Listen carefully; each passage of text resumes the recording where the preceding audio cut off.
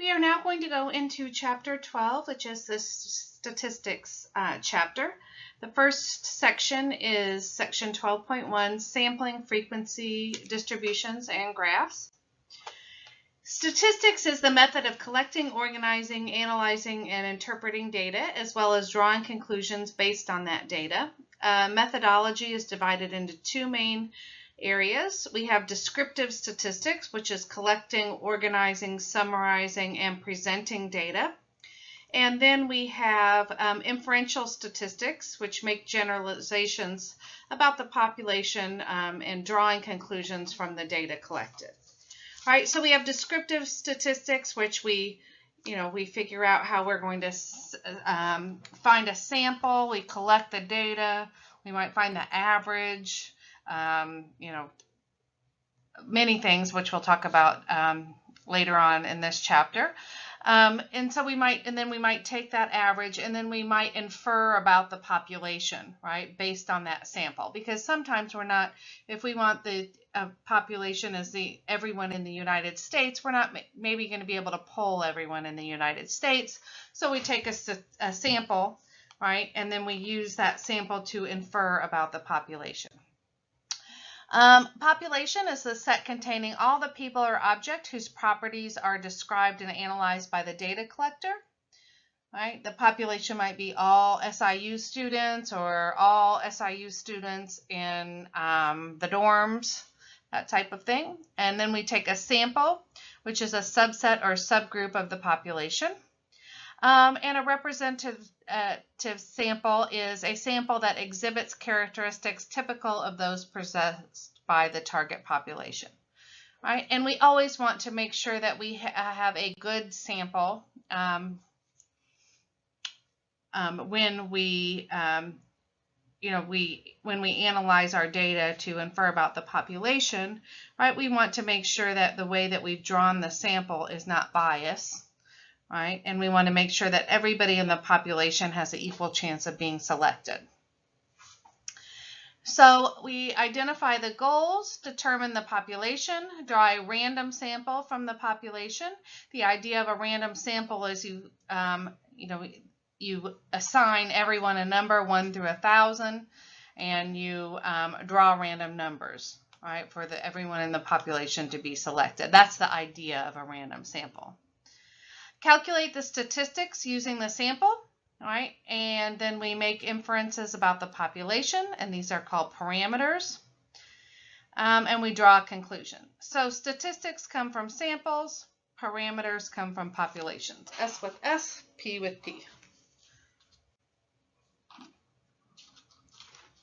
Example, a group of hotel owners in a large city decide to conduct a survey among citizens of the city to discover their opinions about casino gambling. So the population is all citizens in the city. All right, the population is who they want opinions about gambling from all citizens in the city. It is suggested to survey all the people at 6 of the largest nightclubs in the city on a Saturday night about their opinion on casino gambling. Is that a good idea? Right? This might be a way that if someone really wanted to pass this to get a casino in this city, right, they might hit up nightclubs, because in nightclubs they're more likely to vote for the casino. So this is actually not a good way to poll. If the population is all citizens of the city, right, we would not suggest going to a nightclub. So the nightclub crowd most likely has a more positive attitude towards gambling.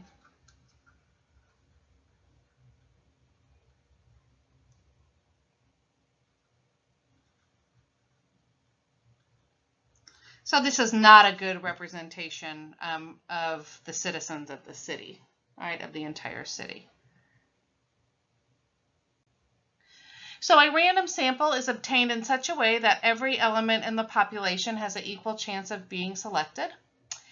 Identify each element in the population. I already discussed this a little bit. Assign numbers to each element. Randomly select the numbers. Assign elements in the population who have those numbers to the sample set.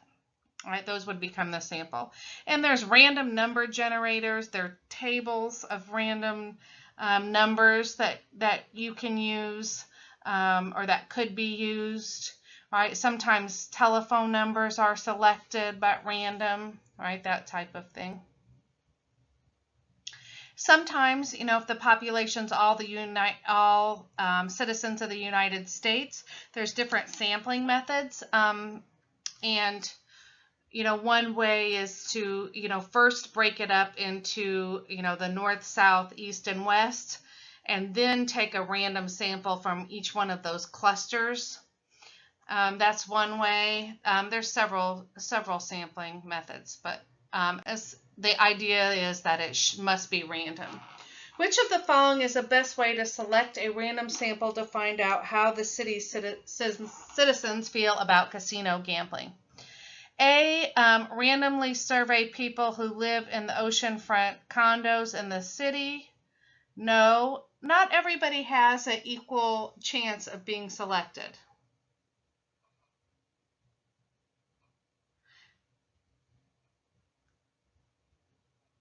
And these people may likely have more money, right? But with sampling, each person should have an equal chance of being selected. Survey the first 200 people whose names appear in the city's telephone directory.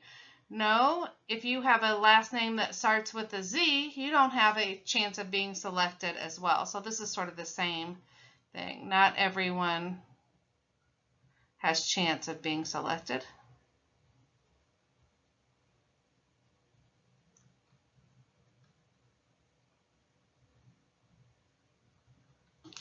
C, randomly select neighborhoods of the city and then randomly survey people from within the selected neighborhoods.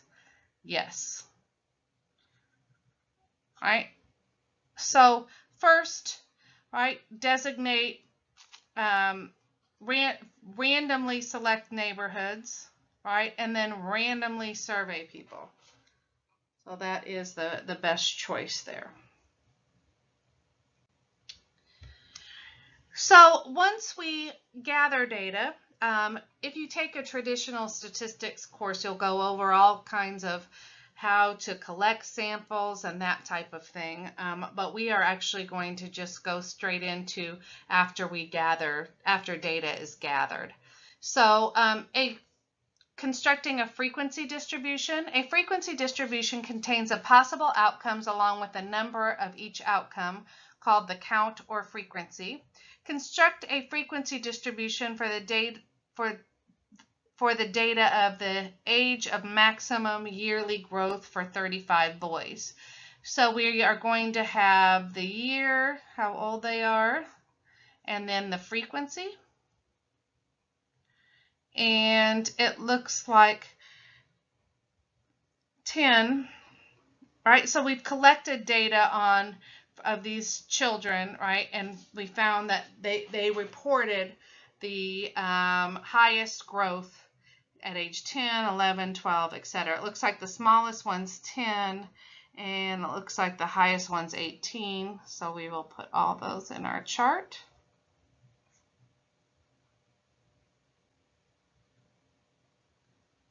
And then you go through and you can use tally marks if you want, and then put your counts at the end so that you can kind of go in order. 12, 14, 13, 14, 16, 14, 14. That was the first line. 17, 13, 10, 13, 18, 12, and 15. That was this line. 14, 15, 15, 14, 14, 13, 15, 16, 15, 12, 13, 16, 11, 15, 12, 13, 12, 11, 13, 14, 14. So then you can total them up. 1, 2, 5, 7, 9, 6, 3, 1, 1. And you should verify, because it says 35, is the total 35? Because it's easy to miss one, right? So that's 3, 8, 15, 30, 33, 34, 35. So they do total 35, but you should always check. Right, double check at the end. But that is a frequency distribution that gives the possible outcomes along with their frequency. And this is something we would make a bar graph with.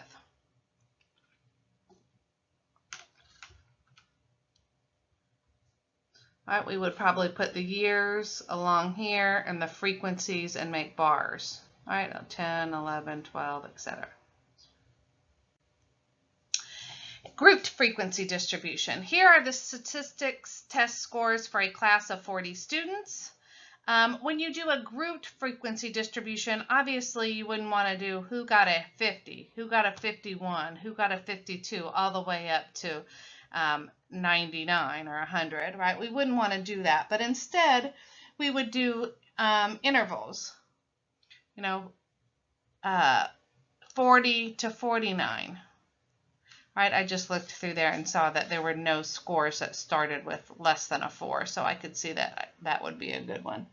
40 to 49, 50 to 59, 60 to 69, 70 to 79, 80 to 89, and 90 to 99. And it's kind of nice when you do these distributions to choose intervals so that you get at least 4 to 6 classes.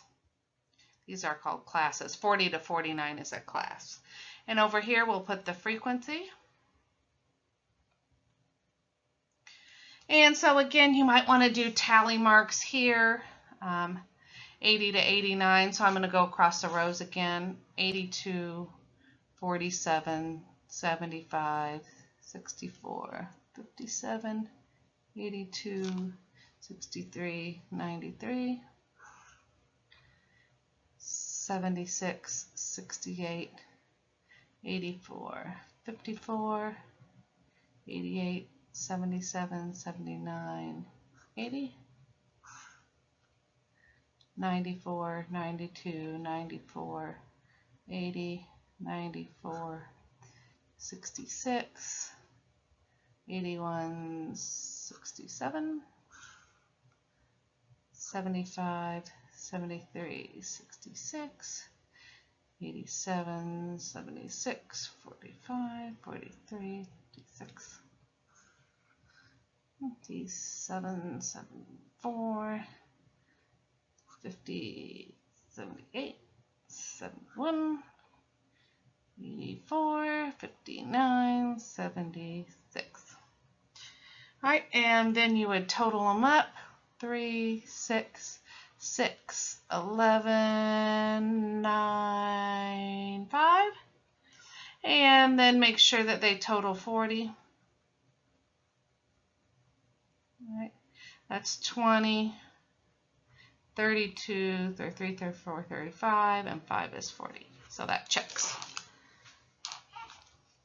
All right, you can just write those down. You don't have to spend time putting them in intervals. The class width is the difference between the upper class limit and the lower class limit here, which is 10. All right, 40 to 49, remember, is actually 10 numbers.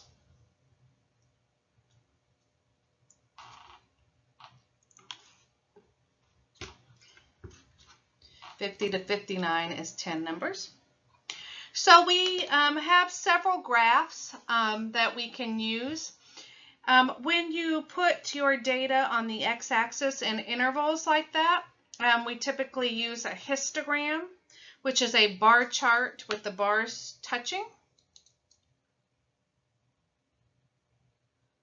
So I'm going to write those down on 3, 6, 6, 11, 9, and 5. So we'll need to refer to that in the next one. A histogram is a bar chart where the bars are touching. Construct a histogram for the test score data from the last slide, and remember to label your axes. The frequency will go along the y-axis or the vertical axis, and your test scores will go along your horizontal axis. You're not going to put, the lowest was 40, so you'll put 40 here, 40, 50, 60, 70. Try to make your spaces equally spaced apart. But if you notice, all these are 10 and the first one's 40, so actually what you normally will see in a graph is a little break, which looks like this, you might see in a graph, just to let the reader know that that first interval is different than the other intervals, because they're all 10 and that first interval is 0 to 40. And then along the y-axis, your lowest frequency was 3 and your highest was 11, so that's kind of small enough just to do 1, 2, 3 up to 11. If you had like 20, then you might go up by 3s or 4s or something, but if you only have to go up to a frequency of 11, you might as well use 1. 1, 2, 3, 4, 5, 6, 7, 8, 9, 10, 11, about equally spaced apart.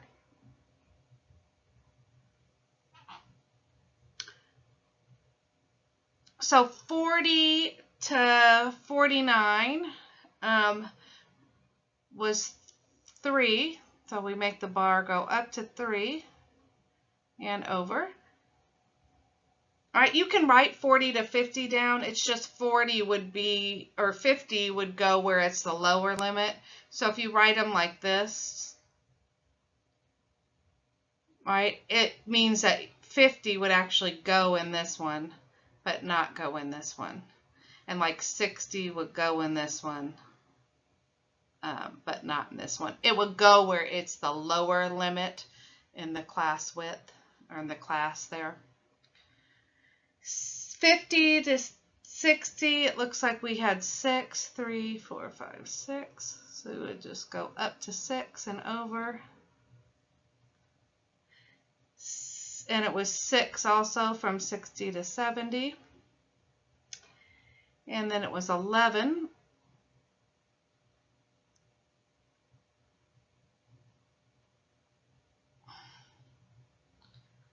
And then it was 9.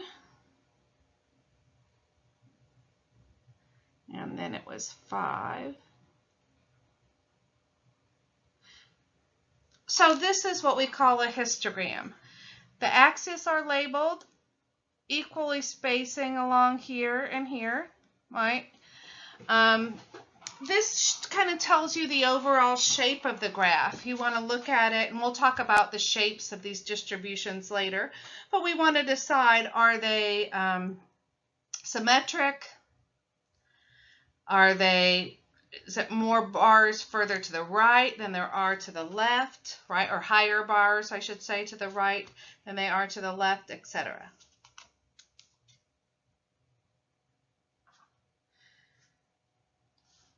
I'm going to end this and create a second 12.1 video.